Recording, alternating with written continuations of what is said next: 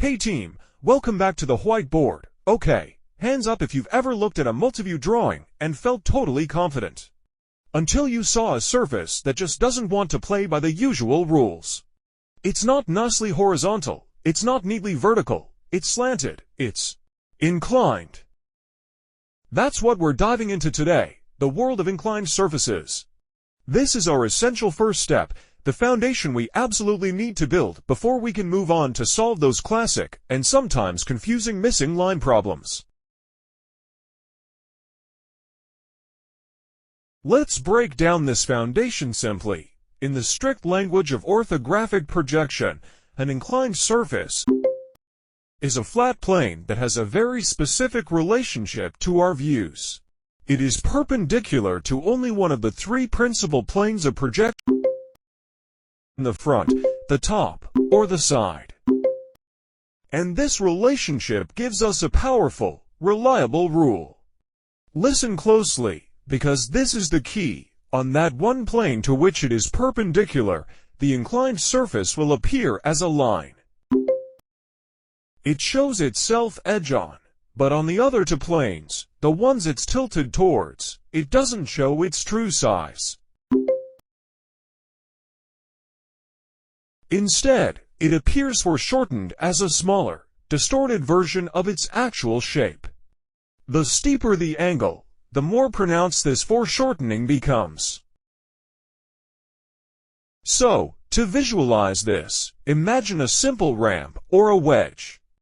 In one view, that sloping surface is just a diagonal line.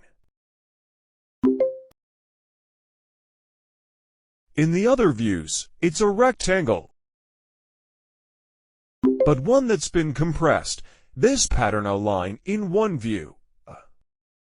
Foreshortened shape in the other two is the unmistakable fingerprint of an inclined surface. Getting fluent in spotting this fingerprint is our mission for this first part. Because once you can instantly identify these inclined surfaces on a drawing, you've unlocked the primary tool needed to diagnose and solve missing view and missing line problems, which is exactly where we're headed next. Alright, team, now that we've met our rebel the inclined surface and we know its signature move, it's time for some practical detective work. We're moving from theory to application with a crucial skill: size and shape identification. This is where we train our eyes to instantly recognize what we're looking at. It's the bridge between knowing the rules and actually using them to read a drawing. So, here's our mission.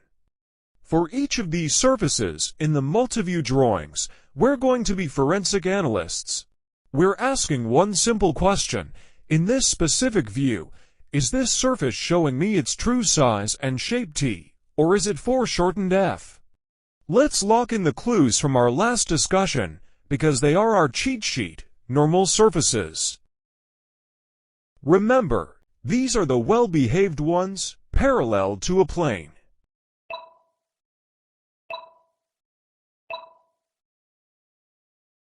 They show their true, full, unscrunched shape in only one view, the view they're directly facing. In the other two views, they always appear as lines. Inclined surfaces, our rebel. It shows its true shape in 0 views. It appears as a line in one view, where it's perpendicular, and it appears foreshortened in the other two.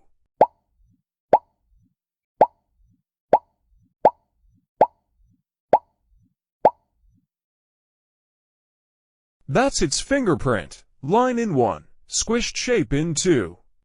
Now, let's start examining. We'll go plane by plane.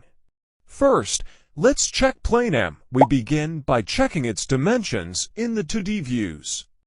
In the top view, it measures to 0.5 units on the x-axis and 4 units on the y-axis. Now, a key check: is that x-axis dimension to 0.5 units consistent in the front view?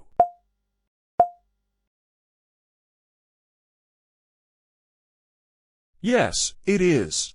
This consistency is a strong clue. It's a normal surface and true in that top view. To be absolutely sure, let's visualize this in 3D. Imagine taking the top rectangle to 0.5 by 4.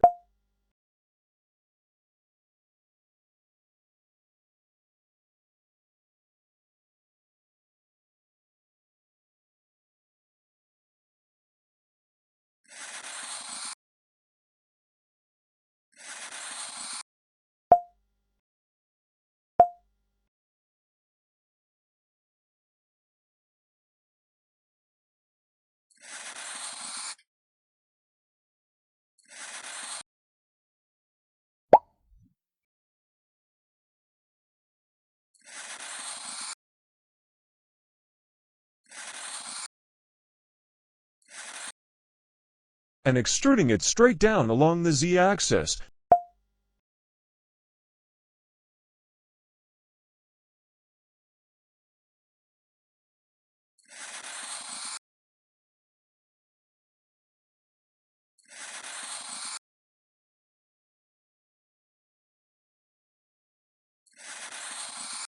What do we create?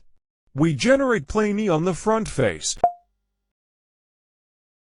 Now, observe plane E's dimensions in the front view, 1.5 units in width and 5 units in height. These match exactly what the extrusion would produce, no distortion. This confirms it. Plane M and plane E show their true size and shape in the top and front views. Therefore, we mark T for plane M and plane E by correlating the top and front views.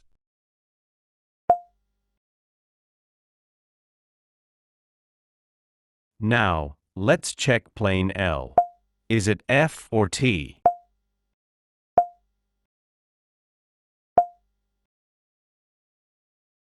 We've got the rule for inclined surfaces memorized. Line in one view, foreshortened in two. But rules only become useful when we apply them. So let's trace this logic step by step on our example drawing. Our question is, in this top view, is plane L showing us its true size and shape, or is it foreshortened? We don't guess. We compare dimensions across views. Let's take one key edge of plane L. In the top view, we can measure its length along the x-axis. It measures 4 units. Now, we need to find that exact same edge in another view. Looking at the front view, we identify the corresponding edge of plane L.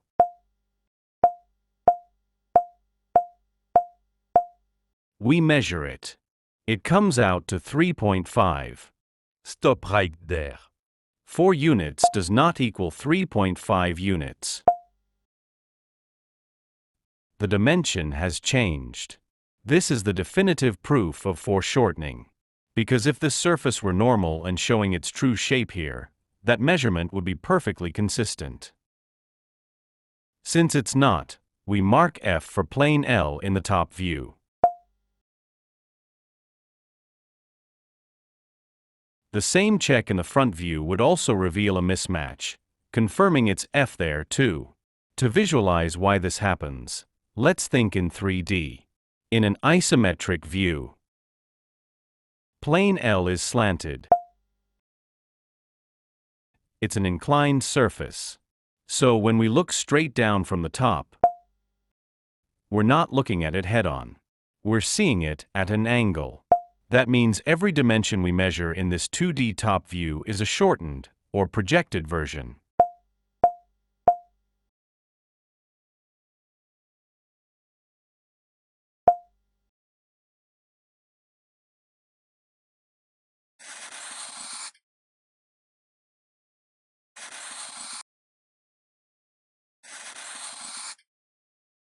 The true length of that edge is actually longer than 4 units. It's the diagonal of a right-angle triangle.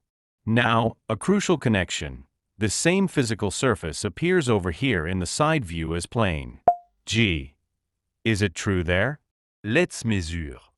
Perhaps in the side view, the same edge now measures 2 units. Again, a different number. 3.5, 4, all for the same edge. This triple confirmation screams foreshortened in all views where it appears as a shape. So, F for plane G and plane V? It's just another name for the same inclined plane in a different context within the drawing. Same surface, same rule F. Let's apply the test one more time to be sure we've got it. Look at plane J in the front view. Measure a key length, roughly 3.4 units. Now, track that edge to the top view. Its length there is about 2.8 units. Therefore, it is foreshortened. Mach F. And its companion plane N in the side view is simply the same.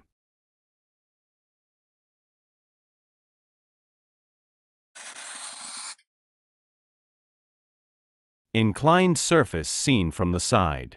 So of course it's also F. The takeaway is this powerful method. Don't just look at one view in isolation.